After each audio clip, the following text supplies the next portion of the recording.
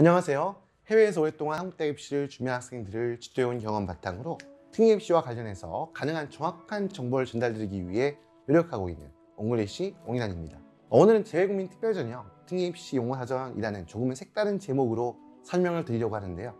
물론 대부분의 학부모님들이나 학생분들은 오늘 제가 설명드리려고 하는 특례 입시와 관련한 명칭 혹은 용어들에 대해서 이미 다 알고 계실 수도 있겠지만, 지금까지 댓글들을 통해 남겨주신 글들을 확인하다 보면 의외로 적지 않은 분들이 특례 입시와 직접 관련한 중요한 용어들에 대해 정확히 알고 있지 못하시거나 때로는 오해를 하고 계시기도 한 것 같아서 이번 수업을 마련하였으니까요. 이번 기회를 통해서 특례 입시와 관련해서 반드시 정확히 이해하고 있어야 할 내용들에 대해서 기억해 주셨으면 합니다.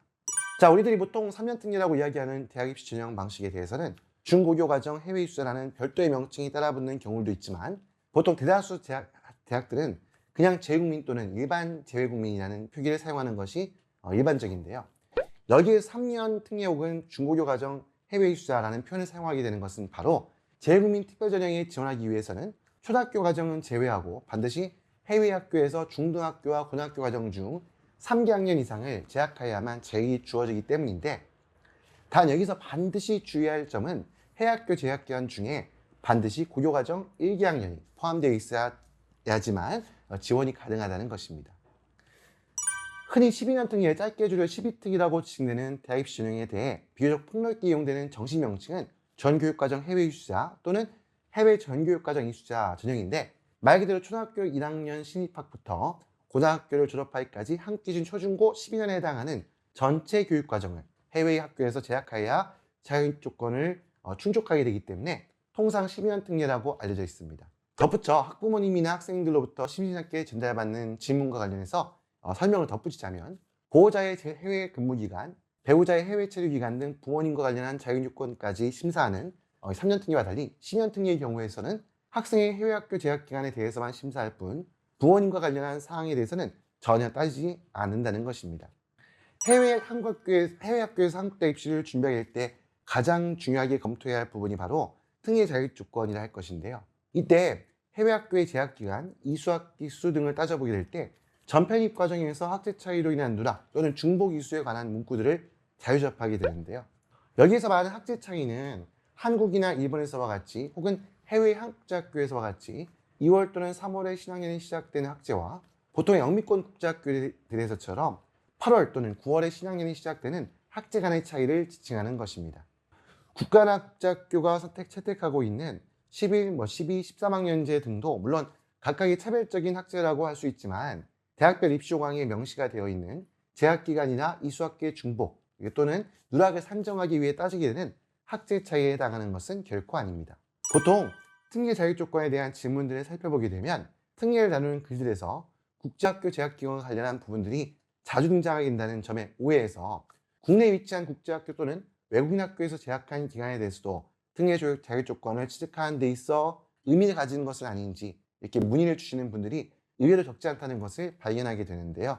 재외국민 특별전형 고 3년 특례, 12년 특례 모두에서 재학기간을 충족하는 것과 직접 관련되는 해외 학교 또는 외국 학교는 말 그대로 반드시 해외에 위치하고 있는 학교만을 지칭하는 것이지, 국제학교가 되었던 외국인 학교가 되었던, 심지어 학생 본인이 외국인 국적을 추가로 가지고 있다 할지라도 국내에 위치한 국제학교 또는 외국인 학교에서의 재학기간은 특례 자격 조건을 취득하기 위한 그러한 기간으로 전혀 활용이 되지 않습니다. 아버님 입장에 따라 해외로의 출국을 앞두고서 자녀가 공부하게 될 국제학교를 하게 되거나 해외에서 다른 국제학교로의 전학을 고민하게 될 때 학생이 전편입하게 될 학년에 대해서 헷갈려하거나 가장 많이 오해하게 되는 부분이 바로 학년제의 차이에서 비롯되는 경우가 많습니다. 특히 영국계 국제학교나 케임브리지 학제라고 이야기되는 13학년제를 채택하고 있는 경우에 학년에 대한 표기를 Year 1, Year 2, Year 7 등 Year이라는 표현으로 사용하게 되는 경우가 일반적인데요. 여기서 Year 2라고 하는 것은 12학년제를 기준으로 해서 Grade 1, 곧 1학년, 한국교의 기준으로는 초등학교 1학년에 해당하는 것으로 전학하는 학교 선생님들이나 동료 부모가 그냥 6학년이라고 지칭하여 이야기한다 할지라도 그것이 Year 6에 해당하는 것이라면 실제로는 12학년제 기준으로 Grade 5, 한국 기준 초등학교 5학년에 해당하는 것입니다. 여기서 한 가지 중요하게 덧붙여서 말씀을 드리고자 하는 부분은 13학년제 학교에서의 재학한 기간에 대해서 한국 대학에서 심사를 하게 될 때에는 Year 1은 유치원 과정으로 간주해서 해외학교 재학기간에서 제외하게 되고 Year 2부터 초등학교 1학년으로 해서 Year 11을 고등학교 1학년, Year 13을 고등학교 3학년으로 인정한다는 것입니다. 그리고 미국계 국제학교 등 한국과 동일하게 12학년제를 채택하고 있는 학교들의 경우에는 1학년 곧 그레이드 1으로 표기된 학년은 한국 기준 초등학교 1학년, 10학년 그레이드 10이 고등학교 1학년에 해당하는 것이라고 보시면 됩니다. 서울대, 연세대, 고려대 등 일부 상위권 대학들은 12년 특례 전형이 있어 전교학위로 1년에 2차례 나누어 신입생을 선발하는 경우가 있는데요.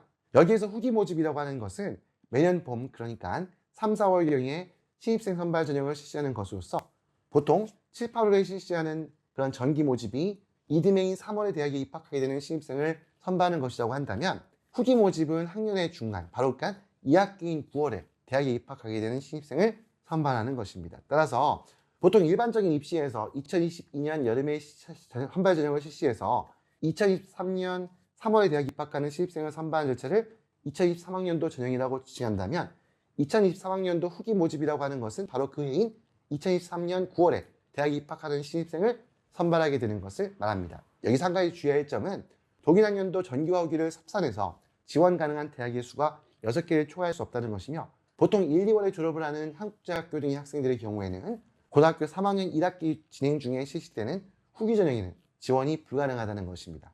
하지만 6월에 졸업을 하게 되는 학생이 봄에 후기 전형에 지원한 이후에 다시 여름에 실시하는 전기 전형에 지원하게 되는 경우 앞서 응시하게 되는 후기 모집과 이후의 전기 모집은 대학에 입학하는 연도, 곧 학년도가 다르기 때문에 각각에 대해서 6개 대학씩을 지원하는 것이 가능합니다.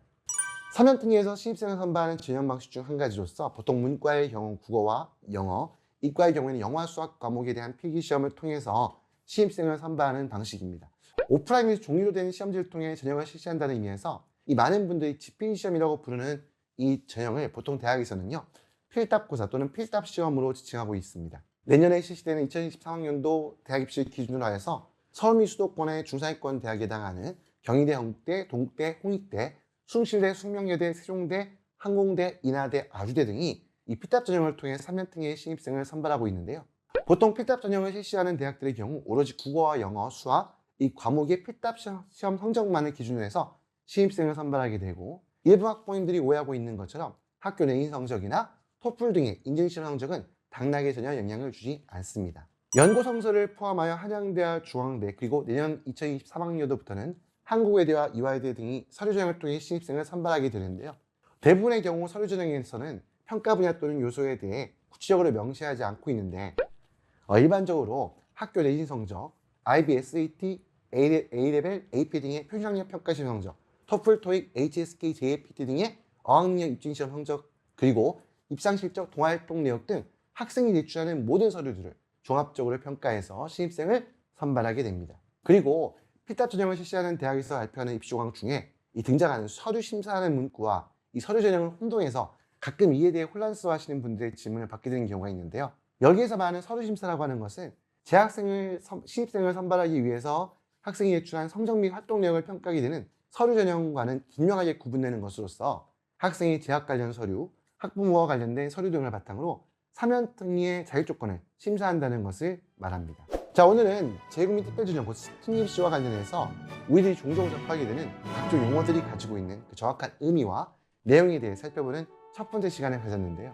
오늘 설명해 드린 내용들 모두 이미 대다수 학부모님들과 학생들은 너무나도 잘 알고 계신 것일 수도 있겠지만 우리 공부하고 성적을 올리는 데 있어서도 기초하는 것이 매우 중요한 의미를 가지듯이 이 특례 입시에 있어서도 이 특례 입시 전반에 대한 이 기초를 정확히 이해하는 것이 성공적인 대학 입시를 향해 나아가는 이 첫걸음이지 않을까 하는 마음으로 오늘의 영상을 준비하게 되었습니다. 아무쪼록 여러분들이 한국 대학 입시를 준비하는데 조금이나마 도움이 되셨기를 바라면서요. 지금까지 옹글리시 옹일환이었습니다. 그리고 구독과 좋아요 그리고 알림 설정은 사랑입니다. 네, 감사합니다.